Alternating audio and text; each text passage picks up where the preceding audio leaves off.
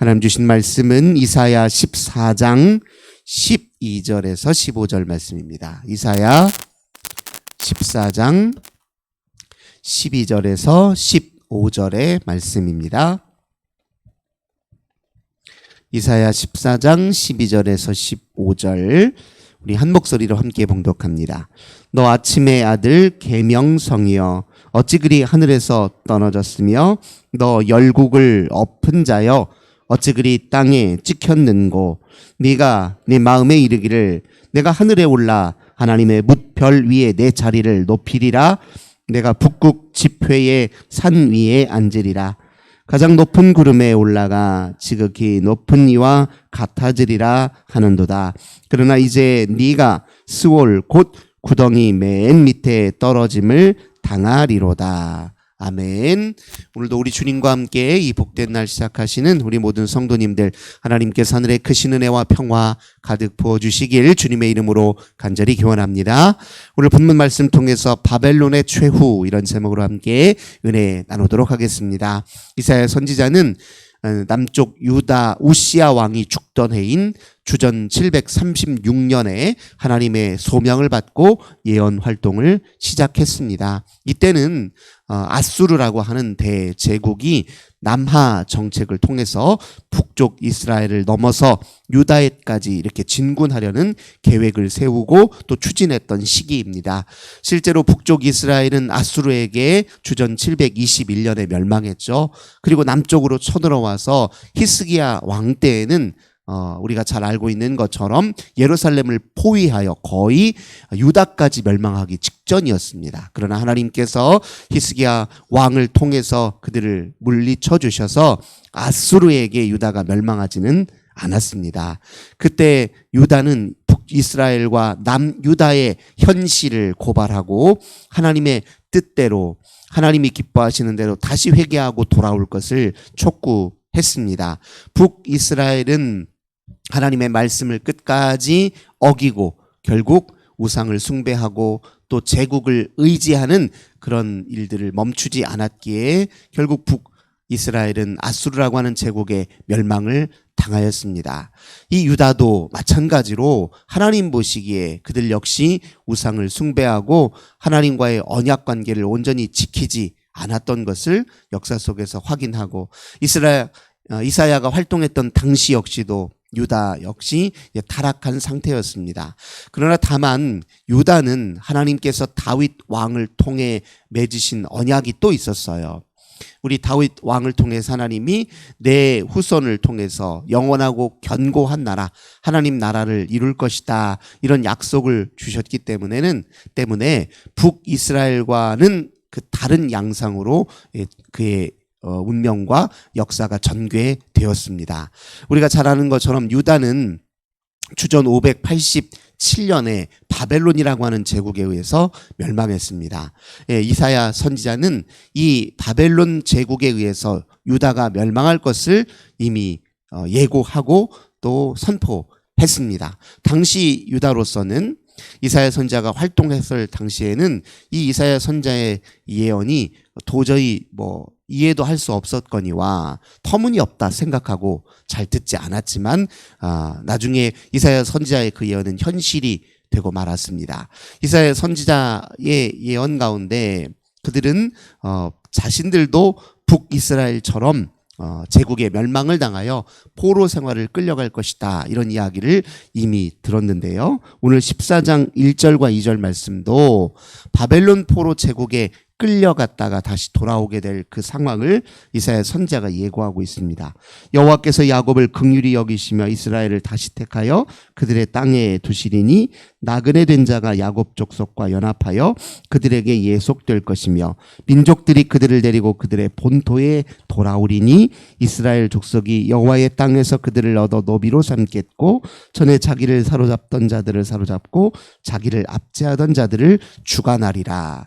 바벨론 포로 생활을 예고하시고 동시에 그러나 그들은 포로 생활을 마치고 다시 돌아올 것이다 라고 하는 메시지도 이제 이사야 선지자를 통해 함께 들었는데요. 이것이 북이스라엘과는 이제 다른 양상이죠. 북이스라엘은 아수르 제국에게 멸망해서요. 사실은 이스라엘의 여러 지파들은 아수르 제국이 사용했던 정책이 이민 이주 정책이었어요. 그러니까 북쪽 이스라엘의 사람들은 다른 나라에다가 옮겨 살게 하고, 또 북이스라엘에는 또 다른 지역의 민족들을 데려다 놓고 살게 하고, 둘이 서로 통혼해서 민족의 정체성을 말살하려고 하는 아주 무서운 정책을 아수르 제국이 사용해서, 그 정책 때문에 북이스라엘은 민족적 정체성, 혈통으로서의 민족 정체성도 잃어가고 있었고요. 신앙의 정체성도 마찬가지였습니다. 근데 그렇게 아주 잔혹한 현실 앞에 북이스라엘은 거의 옛 명성과 옛 그 민족의 정체성을 잃어갔지만, 남유다의 경우는 달랐습니다. 남유다는 하나님의 큰 구원의 계획 속에 다윗을 통해 맺은 언약을 하나님이 지키시기 위해서 비록 바벨론 포로로 끌려가긴 했으나, 하나님은 바벨론 포로 생활 동안 그들을 재정비하셔서 다시 본국으로 돌려보내시고 그들을 통해 이스라엘을 재건하셨습니다. 근데 하나님이 그런 과정을 유다를 통해 하신 일이에요. 엄밀히 말하자면 그러면 북이스라엘은 하나님이 버리신 것이냐? 그건 아닙니다. 남유다를 구원하시고 그들을 통해 재건하셨다라고 하는 말은 진짜 이스라엘, 참 이스라엘을 하나님이 재건하시기를 계획하셨고 또 추진해 가셨다라는 걸 의미합니다. 엄밀히 말하자면 이스라엘이라고 하는 것은 제도적 국가를 의미하는 게 아니에요. 이건 제도적 국가, 우리가 대한민국이라는 이 국가 시스템 안에 살고 있잖아요. 이런 제도적 국가를 말하는 게 아니라 하나님 나라를 의미합니다. 하나님은 당신의 친 백성들, 즉 하나님을 하나님으로 인정하고 하나님을 예배하고 또 하나님과 함께할 그 나라를 원하셨던 거예요. 다만 그 나라를 원하셨으나 이스라엘은 역사 속에서 제도적 국가의 부국 강병을 꾀했단 말이죠. 북이스라엘도 그것 때문에 결국 멸망한 거예요. 남유다도 하나님을 왕으로 모시는 하나님 나라가 아니라 그냥 현실 국가를 얼마나 부강하게 할 것이냐에만 관심을 기울였기 때문에 영적으로 문제가 된 것이고 또 위기를 자초하게 된 것입니다. 그래서 우리 이걸 좀 구분할 필요가 있습니다. 우리 예수님도 이 땅에 오셨을 때 예수님 당시에 많은 유대인들이 뭘 기대했냐면 옛날 다윗 왕 때 이뤘던 그 제도적 국가의 부강함을 꿈꿨어요. 로마를 물리치고 옛날 다윗 왕이 만들었던 이스라엘을, 그 제도적 국가죠, 그걸 건설해 주기를 바랬는데 예수님은 뭐라고 하냐면 나는 그런 나라가 아니라 하나님 나라를 이루려고 왔다고 하니까 많은 유대인들이 실망해서 넘어진 거예요. 우리는 메시아로 다윗 왕과 같은 사람을 기대했는데 저분은 와서 하나님 나라는 사실 제도적 국가와는 다르잖아요. 그러니 그것 때문에 실망한 것이죠. 우리가 이걸 놓지 말아야 됩니다. 하나님이 유다를 다시 포로 생활에서 다시 본국으로 돌려보내신 이유는 그냥 유다라는 나라를 만들기 위해서가 아닙니다. 하나님 나라를 이루기 위한 과정으로서, 구원의 과정으로서 유다를 다시 세우신 것이다, 이렇게 이해해야 됩니다. 그래서 유다가 다시 본국에 돌아왔을 때 최우선적 과제가 무엇이냐면 성전을 짓는 일이었어요. 왜냐하면은 유다는 하나님을 예배하는 하나님의 나라 백성이었기 때문에 그렇습니다. 그것이 유다라고 하는 나라가 가지고 있는 상징적 의미예요. 우리는 오늘날 예수를 믿는 하나님의 자녀인데 우리가 그 이스라엘인 거예요. 우리가 하나님 나라의 이제 샘플인 겁니다. 그런 맥락에서 우리는 대한민국 국민으로서의 그런 제도적 국가의 시민의식만 가져서는 안 됩니다. 우리는 당연히 하나님 나라의 시민권자라는 것이 더 우선적인 과제예요. 그러니까 우리는 세상 사람들과 크게 다른 면입니다. 우리는 하늘나라 시민권으로서 대한민국의 시민권도 같이 있는 거예요. 우리에게 우선적인 것이 무엇이냐면 하늘나라 시민권자입니다. 이걸 잊어버리게 되면 우리나라의 부강함만 생각한단 말이에요. 어디 하나님이 대한민국만 잘 되기 바라시겠어요? 온 세계 모든 민족과 열방의 생명들을 다 구원하길 원하시는 분이 우리 하나님입니다. 근데 우리나라 제도적 국가에만 집착하기 시작하게 되면 다른 나라와 전쟁하는 것이 아무렇지도 않게 생각돼요. 어디 지금 전쟁 중에 있는 나라들이 있죠. 우크라이나와 러시아가 그렇고 또 이스라엘은 가자 지구의 사람들과 전쟁하고 있습니다. 그 아무것도 아닌 일이 아니에요. 하나님 보시기에 당신의 사랑하는 백성들끼리 서로 죽이고 그렇게 서로 억압하고 서로 그렇게 목숨을 해야 하는 그런 잔혹한 전쟁을 하나님이 그게 슬퍼하시지요. 당연히 그걸 어떻게 아무렇지도 않은 일로 여기겠습니까? 우리도 그걸 당연히 경각심을 가져야 되는 이유는 바로 우리는 이 국가, 제도적 국가의 차원을 넘어서서 하나님 나라를 지향하는 사람들이기 때문에 그렇습니다. 우리는 전 세계의 평화와 모든 백성의 안위를 함께 염려하고 또 그들을 위해서 기도하며 동시에 우리 할 일을 같이 할 수 있는 그런 의식을 가져야 되는 것이 마땅한 일입니다. 오늘 하나님께서 이 이사야 선지자를 통해서요, 포로 생활로 다시 돌아올 것을 예언한 것만 아니라 이 제도적 국가로서의 바벨론이 허망하게 무너질 것을 또 동시에 예고하셨습니다. 오늘 읽었던 본문을 다시 한번 보겠습니다.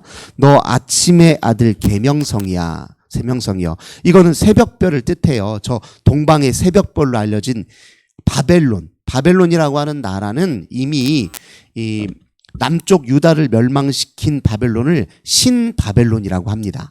신바벨론이란 말은 옛날에 바벨론이 또 있었다는 말이겠죠. 바로 아브라함이 갈대아 우르에서 조상 대대로 살고 있었는데 아브라함의 조상 아브라함 때의 아버지가 이 우르를 떠나서 하란으로 이동했을 때 그 우르 지역에 이 바벨론 문명이 꼽히고 있었어요. 이미 아브라함 때 고대 바빌론 문명 속에 살고 있었습니다.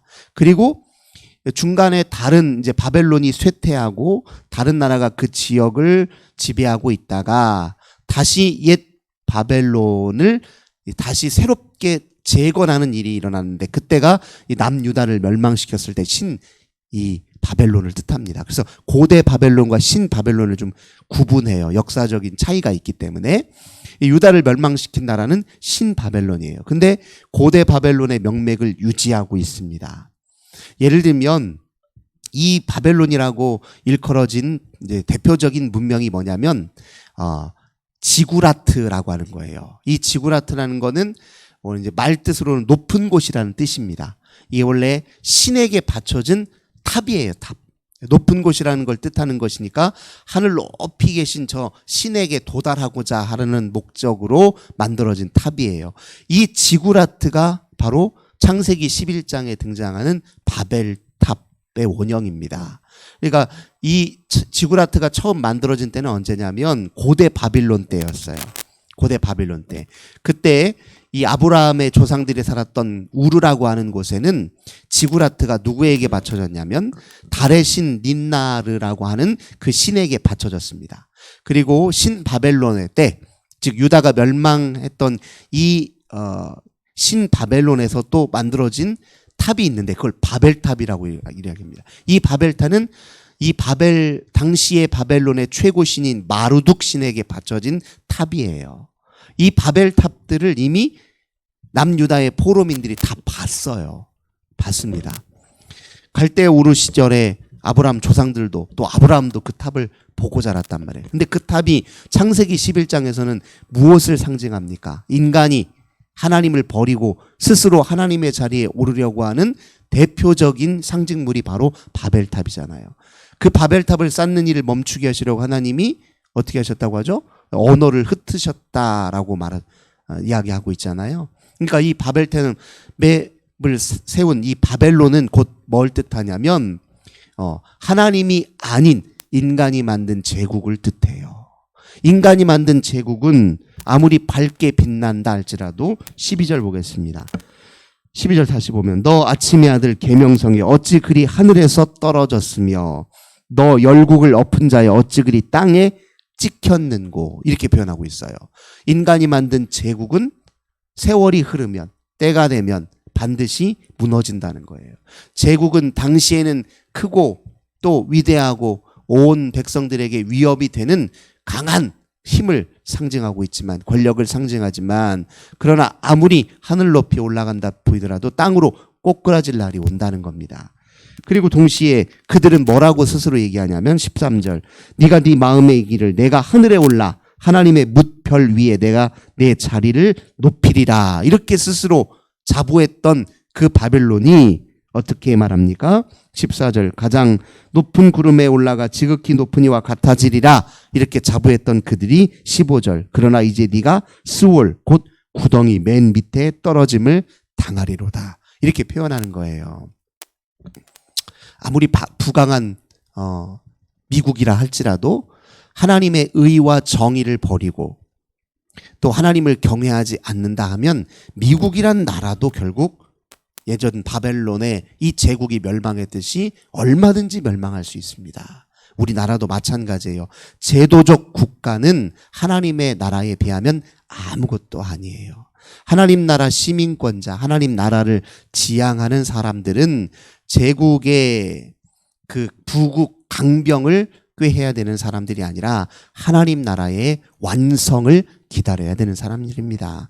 물론 현실적으로 나라라고 하는 것을 잘 지키기 위해서 애쓰는 것도 물론 필요합니다. 그러나 그런 일이 불필요하다는 뜻이 아니에요. 다만 그 나라보다 더 하나님 나라를 우선시해야 된다는 이 믿음의 자세는 잃어버리면 결코 안 된다는 것을 우리는 오늘 본문을 통해서 다시 한번 확인하게 됩니다. 제국이 자기 부국 강병에만 힘쓰고 생명을 파괴하고 하나님의 정의와 공의를 잃어버리고, 그리고 하나님을 부정하는 그런 문화와 또 그 역사 속에 계속 천착해 있으면 그 운명이 어떻게 될지 모른다는 사실을 우리는 이 고대의 이사야 선지자의 경고를 통해 우리는 꼭 바로 새겨야 될 것입니다. 다행인 것은 지금도 그랬고, 고대도 그랬고 지금도 그렇습니다. 하나님을 온전히 경외하고 신뢰하고 의지하는 사람들이 세계 곳곳에 있다는 거예요. 그들을 하나님께서 씨앗 삼아서, 그루터기 삼아서 세상의 멸망이 아니라 구원의 일을 위해서, 구원의 일을 하나님이 지금도 하시고 계신다는 것, 그것이 이제 우리가 잊지 말아야 될 중요한 진실이라는 것을 우리가 기억해야 됩니다.